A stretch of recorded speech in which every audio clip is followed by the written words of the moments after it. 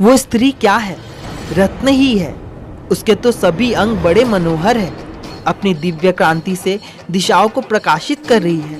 हे दैत्येंद्र, वो बैठी हुई है, आप उसे देख सकते हैं। निशुंभ से पराजित हुए मिलकर मेरी ही स्तुति कर रही है।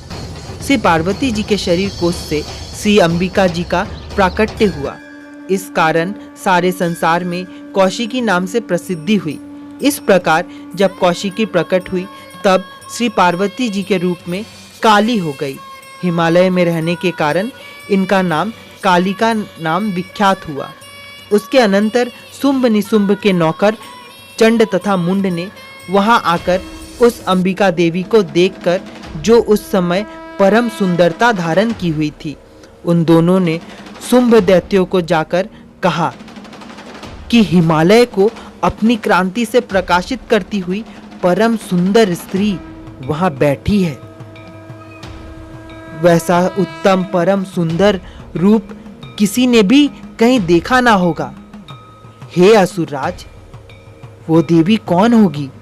इस बात का आप ही पता लगाइए और ग्रहण करिए। शुंभ ने महाअसुर सुग्रीव को दूध बनाकर देवी के पास भेजा और कहा कि तुम मेरी ओर से उनसे इस प्रकार से कहना और इस प्रकार का उपाय करना, जिनसे कि वो प्रसन्न होकर अत्यंत शीघ्र ही यहाँ आ जाए। ये सुनकर वो दैत्य पर्वत के उस प्रदेश पर पहुंचा जो कि अत्यंत सुंदर था। वहां ही देवी खड़ी हुई थी। वहां जाकर उसने देवी से बहुत मधुर वाणी द्वारा कोमल वचन कहे। दूध बोला, हे देवी, दैत्यों का स्वामी शुंभ तीनों लोकों में परमेश्वर है। मैं उसका दूत हूं। आपके पास उसने भेजा है मुझे। मैं यहां आया हूं। सभी देव जातियों में कोई भी ऐसा देवता नहीं जो उसकी आज्ञा ना मानता हो। उसने सभी देवताओं को परास्त कर दिया है। अब आपके लिए उसका जो संदेश है वो मुझे कहा है।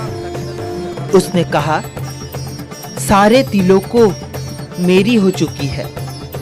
सभी देवता मेरे अधीन हैं।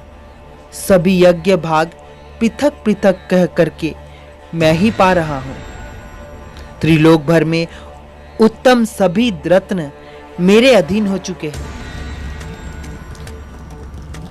उसी प्रकार इंद्र के वाहन श्रेष्ठ ऐरावत हाथी मैंने छीन लिया है।